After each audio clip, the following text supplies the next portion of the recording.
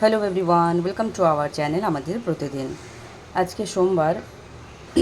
বাড়িতে সবারই শরীরটা খারাপ, গলায় ব্যথা, গলা খুসখুস, জ্বর। এই সময়ে বেশ কিছুদিন ধরে কিন্তু আমাদের খুব কিছু খেতে ইচ্ছা করছে না, আর বানাতেও ইচ্ছা করছে না।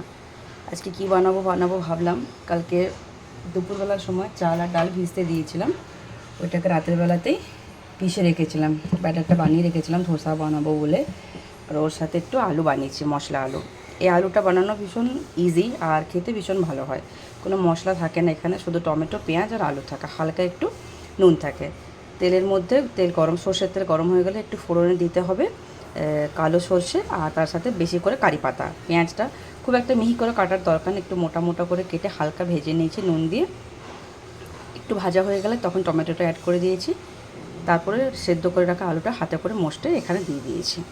হালকা একটু হলুদ দিয়ে ভালো করে বেশ কিছুক্ষণ ধরে রান্না করে নিলে এরকম একটা আলু হয়ে যায়। এটা ধোসার ভেতরেও দেওয়া যায় পুর হিসাবে, বা যদি এমনি শুধু ধোসাটা বানাই প্লেন ধোসা, তার সাথে কিন্তু এটা লাগিয়ে লাগিয়ে খাওয়া যায়, খেতে বেশ ভালোই লাগে। দুপুরে তো কিছু খাওয়ার ইচ্ছে নেই, ভাত খেতেই কেউ চাইছে না। কি বানাবো ওটা ভাবলাম, দেখলাম যে চিকেন তো বানানো আছে, একটু ডাল বানাবো আর একটু টমেটো পোস্ত করব। তো এখানে আমি টমেটোটাকে টমেটোটা বলছি, পোস্তটা পিষে নিয়েছি। আর এখানে টমেটোগুলো রেখেছি, এগুলো কাটা হবে।